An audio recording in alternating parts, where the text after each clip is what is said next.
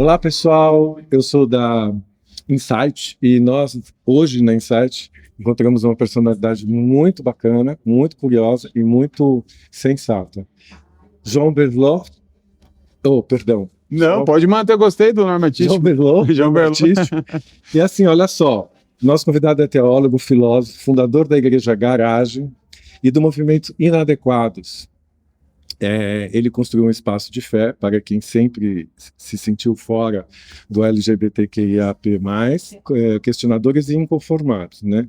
Com uma linguagem sem rodeios e uma teologia decolonial que desafia o conservadorismo religioso. Nosso convidado prova que é possível falar de Deus, do Criador, de um jeito completamente diferente.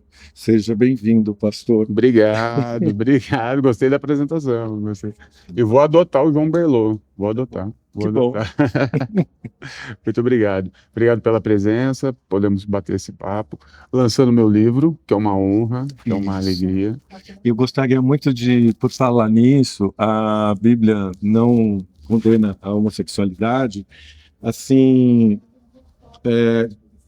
esse, se não me falha a memória, é o terceiro ou quarto? É o meu sexto livro. Sexto, né? Sexto Perdão. livro. Aliás, eu tenho que te pedir desculpa, porque eu te conheci só esse ano. Ah, não, mas a maioria das pessoas não me conhece, fica tranquilo. Tá bom. Então tá tudo certo. E assim, foi um prazer muito grande poder conhecê-lo nesse evento, principalmente porque a Insight, como eu te falei, ela costuma convidar e também integrar pessoas que estão nessa pegada de unificar o que a gente chama de conduta humana, vamos dizer assim, né?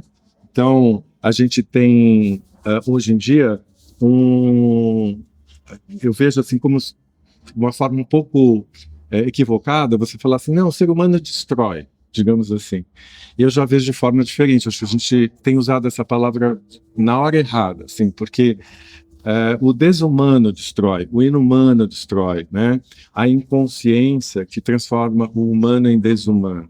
Então, assim, essa pegada de pegar e trazer, né, as qualidades de um humano para se concretizar na vida conjunta, porque na questão do humano significa conjunto, né? Não tem como você ser um humano se você não tiver desenvolvido um sentimento de conjunto, porque está muito ligado. Embora cada pessoa tenha o seu trajeto pessoal, né? A gente, na Insight, sempre está reunindo pessoas que têm alguma ligação com esse quesito, né? Dessa visão do ser humano e do ser desumano se tornando humano, né? Um ser seu lado mais bonito, como você falou no outro podcast, também foi muito interessante.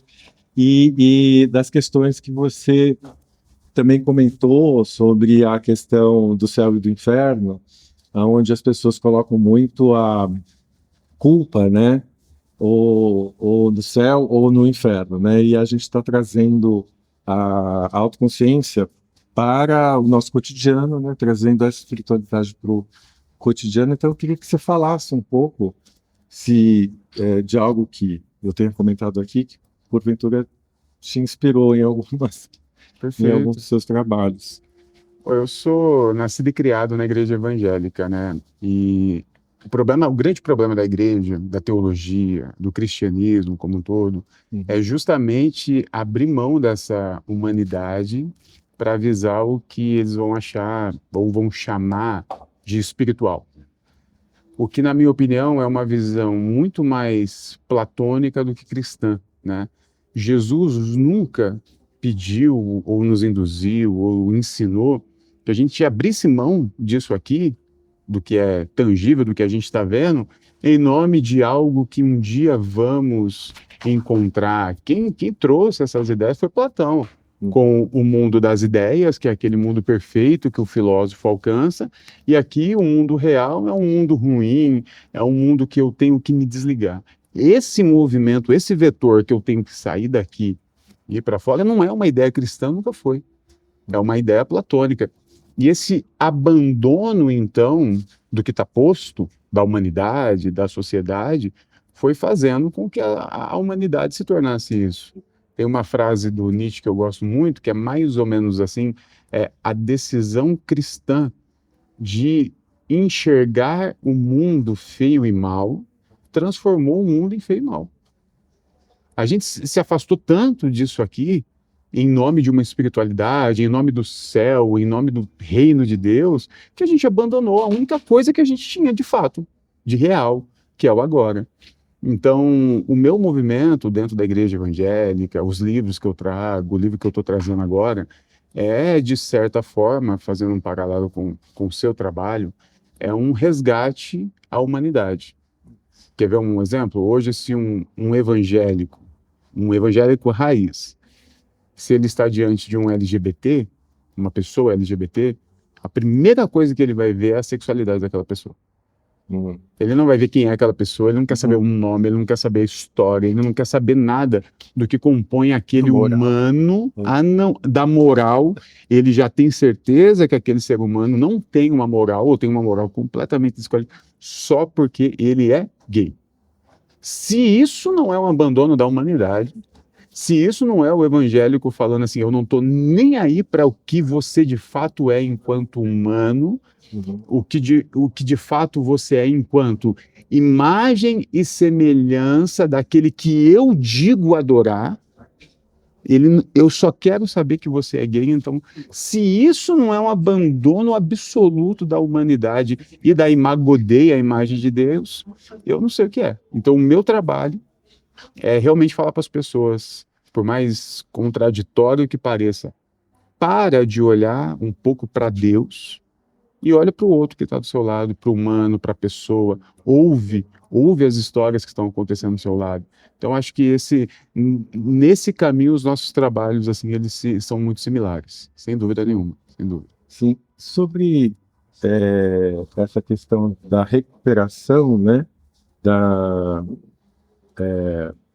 dessa visão do humano aqui e agora, a visão do humano daquele que está ao seu lado, né, na mesma frequência física, vamos dizer assim, eu vejo como algo bastante difícil, mas quando a gente consegue trazer, no meu caso o paciente, né, no seu caso também as pessoas que frequentam o seu projeto, né,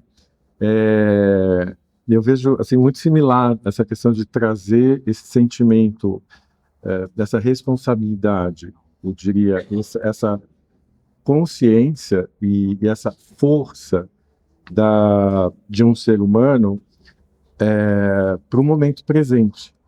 Porque eu percebo assim, as pessoas deixando essa força muito do lado de fora, né? No céu, Sim. no Deus, ou até mesmo quando se tem a igreja, o espaço arquitetônico, né? Parece que às vezes nunca está totalmente dentro da pessoa, né? Sim. E está sempre externo, sempre ou lá em cima, ou num espaço físico, ou até mesmo no pastor, ou até mesmo, né, em alguma pessoa especificamente.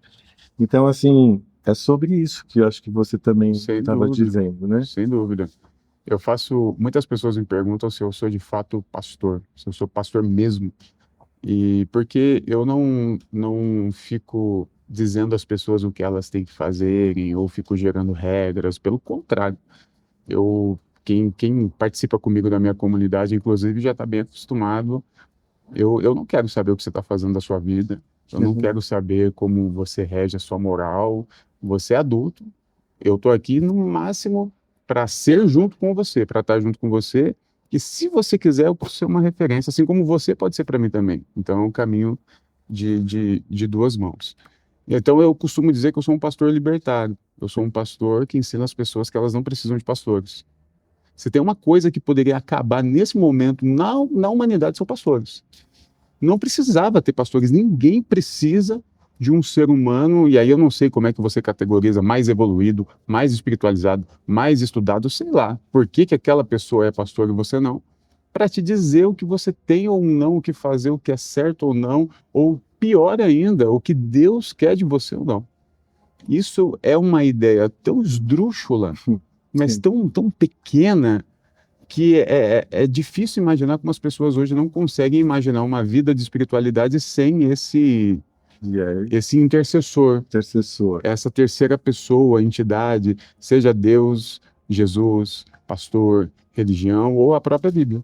Hoje também um cristão não sabe se relacionar com Deus sem um livro, ou o que ele chama de Bíblia, que é um texto sagrado, que é um texto antigo, que é só um texto, mas que a pessoa, quando está com aquele texto na mão, é como se ela estivesse diante um próprio Deus.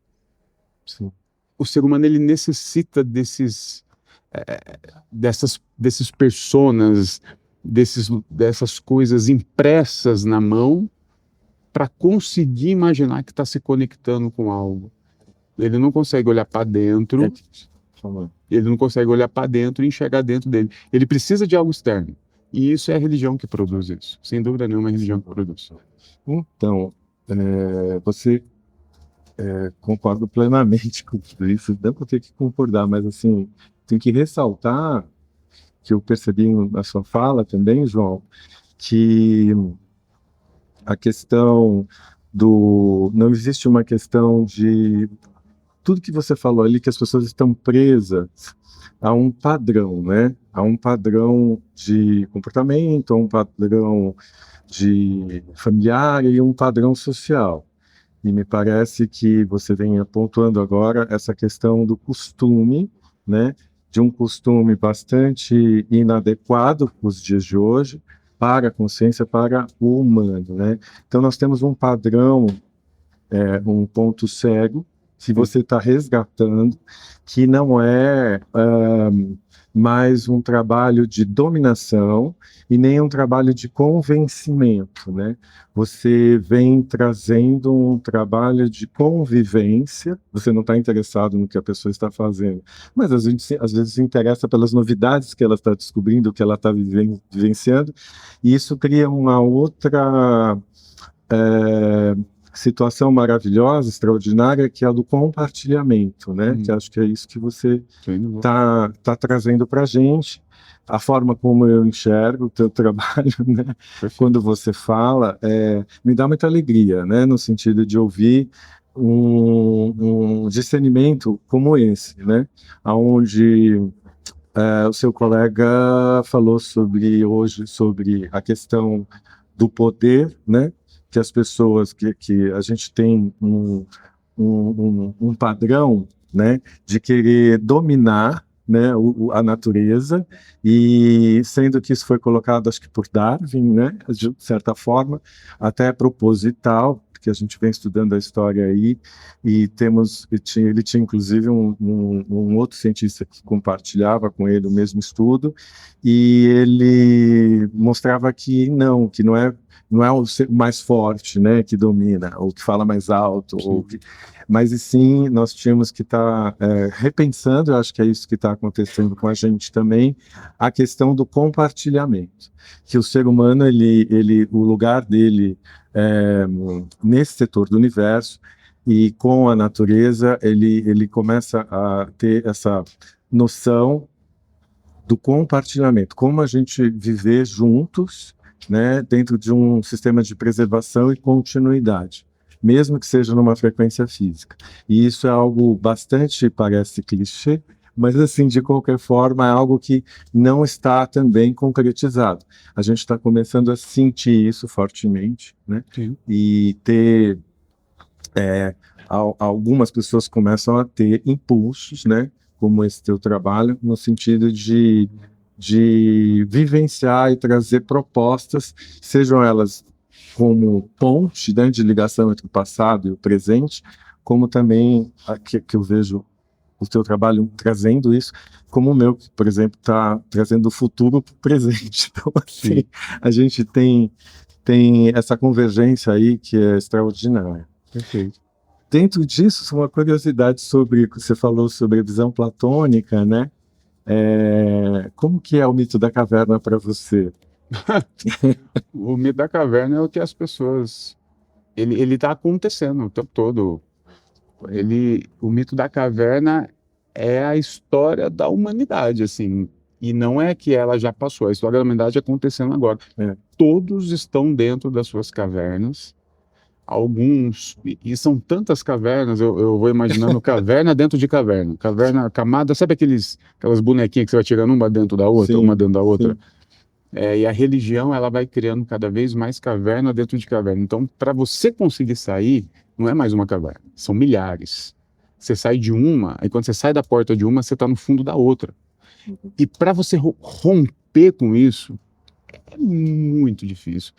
Aí eu falo da minha história de nascido e criado na igreja evangélica, onde a vida toda eu aprendi que existe um único Deus, o Pai do nosso Senhor Jesus, que escreveu a Bíblia, que vai mandar para o inferno aqueles que são moralmente errados e que vai mandar para o céu aqueles que são moralmente corretos, e essa moral é estabelecida através do que a Bíblia diz. Isso eu aprendi a vida toda. E para sair dessas cavernas e falar, peraí, não pode ser bem assim, não faz sentido um Deus que para salvar tem que matar. Não faz sentido um Deus que pode salvar, mas ele te tortura. Não faz sentido um Deus que para salvar teve que torturar o próprio filho. Só não faz sentido. Além de não fazer sentido, a gente acha que pode ir além, né? Quem foi que escreveu aquilo, né? Assim, Exatamente. porque não combina, né? Exatamente.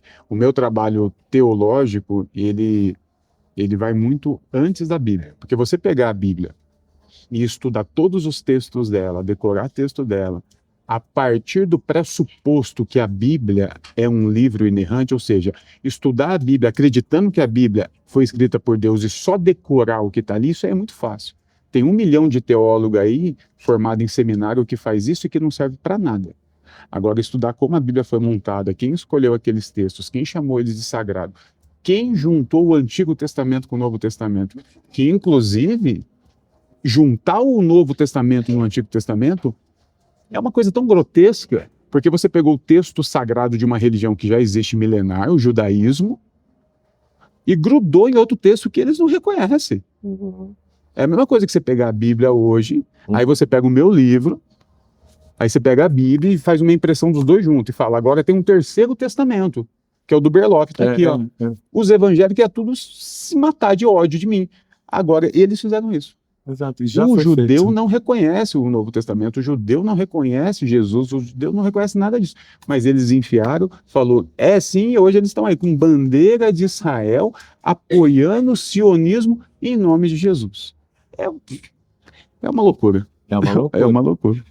É que a gente teve uma pergunta, por que hoje os evangélicos usam mais o Antigo Testamento do que o Novo, visto que o nome já pressupõe, né? Um Novo Testamento, o Antigo era para ter sido deixado e o Novo para ser posto. Só que o Antigo Testamento é muito mais legal. O Antigo Testamento, Deus mata meus inimigos. O Antigo Testamento, Deus me prospera financeiramente. O Antigo Testamento, Deus me cura de doença.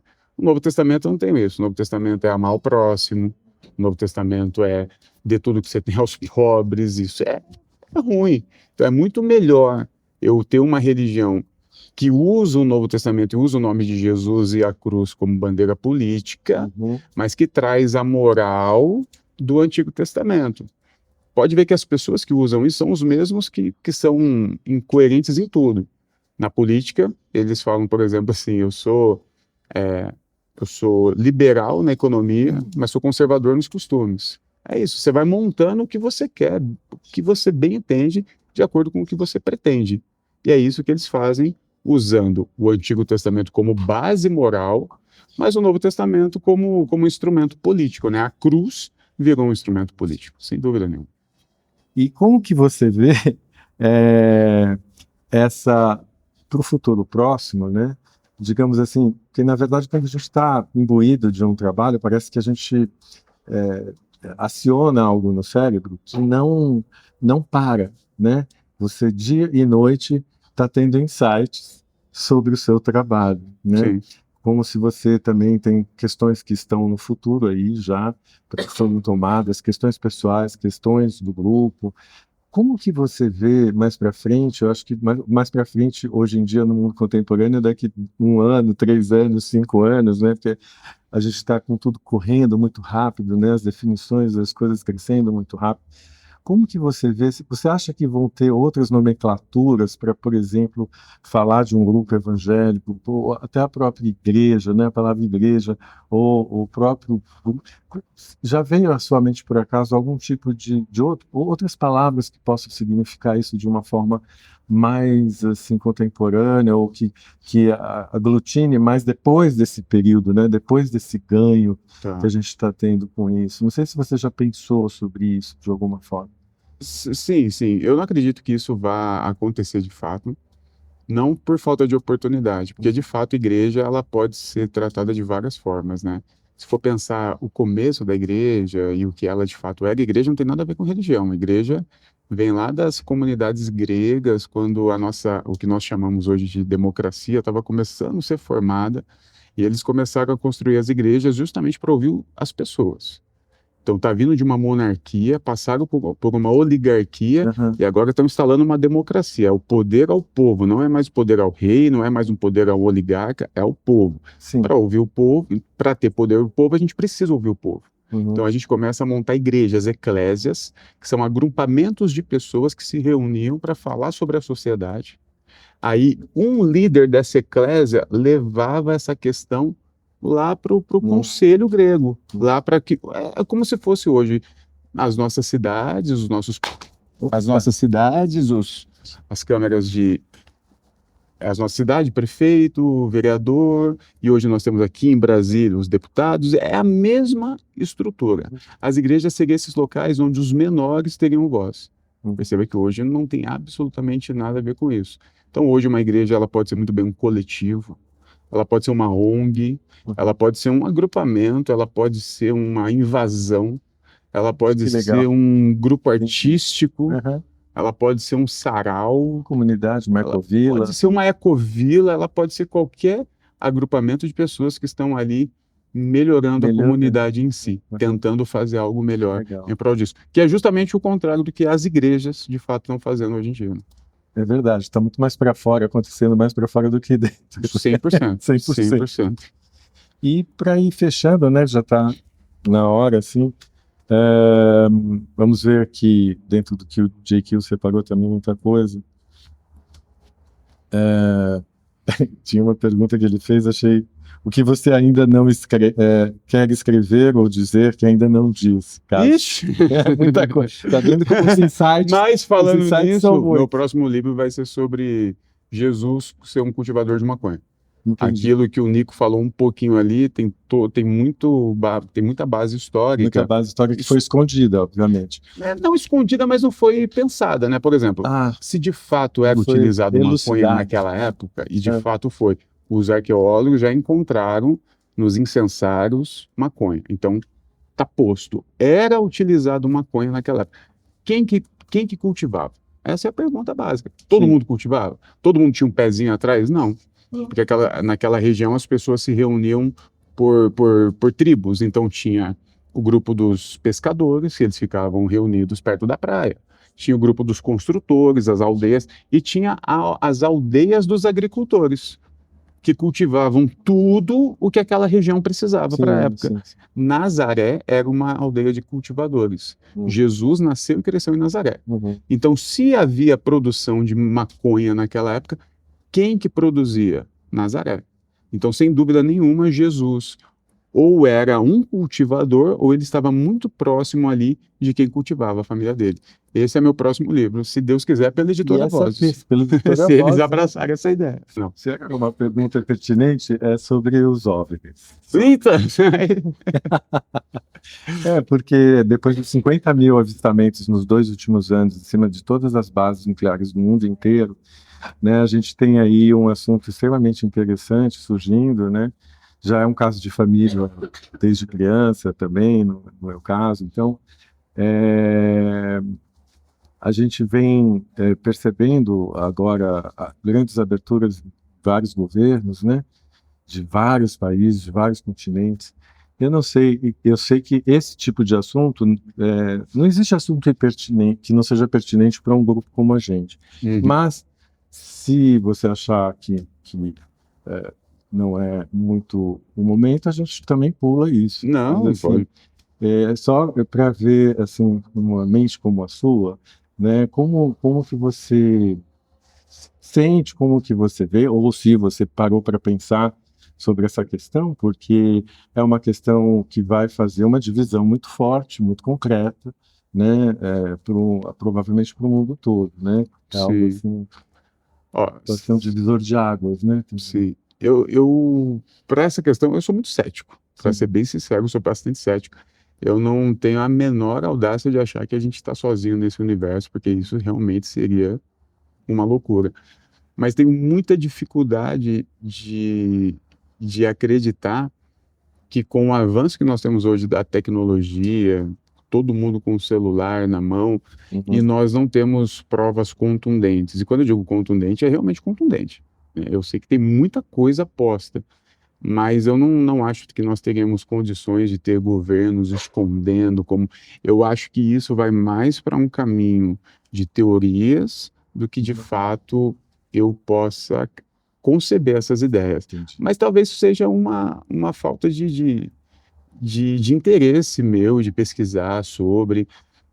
Sou bastante leigo e cético para esse assunto, mas Desculpa. adoraria. Não, mas adoraria que, inclusive, chegasse um monte de Você ET e sabe que tomasse tudo isso tem aqui, dois, porque eu ficaria extremamente feliz. mas tá tudo certo. É só mesmo uma curiosidade. E eu queria muito agradecer essa oportunidade que você deu mais uma vez, porque é muito importante para o Insight, muito importante para mim pessoalmente, para o Obrigado. GQ. E também, se você quiser deixar mais um recado que você queira dizer para as pessoas que te adoram, que te Obrigado. acompanham. Ou que vão começar a me odiar ou adorar, né? Eu costumo dizer isso, ou você odeia ou você ama. E eu queria agradecer a vocês terem vindo até aqui, né? Quem está assistindo não sabe, mas você veio até onde eu estava aqui lançando meu livro. Obrigado pela presença, obrigado pelo convite de estar aqui com vocês. Eu queria muito convidar a sua audiência a conhecer esse meu livro. Esse é o 6º, então assim, talvez esse tema não te chame a atenção, mas eu tenho outros. E com o coração aberto de que nem todo pastor e nem todo evangélico é do jeito que você acha que é. E eu sei que você pode generalizar, você tem o direito de generalizar, a maioria são assim, mas existem alguns que ainda não aceitam e que nunca vão aceitar esse fundamentalismo posto, essa extrema-direita, homofobia, machismo, racismo ou qualquer coisa desses absurdos em nome de Jesus. Isso nós não aceitamos. Então, se eu puder deixar um recado aqui, conheço o meu trabalho e de outros e outras que fazem um trabalho como esse. E obrigado mesmo pela presença aqui. Eu que agradeço. Tá? E é isso, olha, gente. Ele escreveu aqui para você, olha, encerramos aqui a nossa conversa com o pastor João Paulo Berlot. Tá? Foi batizado, eu também batizo. É um novo nome. Todos os meus alunos. O próximo livro meu é João Berlot. E agradecemos imensamente as reflexões, né? As palavras do JQ, que te acompanha também. Então, assim, a gente vai colocar, né, todos os contatos teus, assim, a gente agradece muito a presença de todos e esperamos para o ano que vem, ou se esse ano você voltar a Brasília, a gente possa estar acompanhando as suas novidades. Com tá? certeza. Vai ser muito importante. Com certeza. Eu que agradeço. Obrigado, Pedro. Obrigado, meu amigo. Valeu. Obrigado, viu? Foi? Temos? Foi.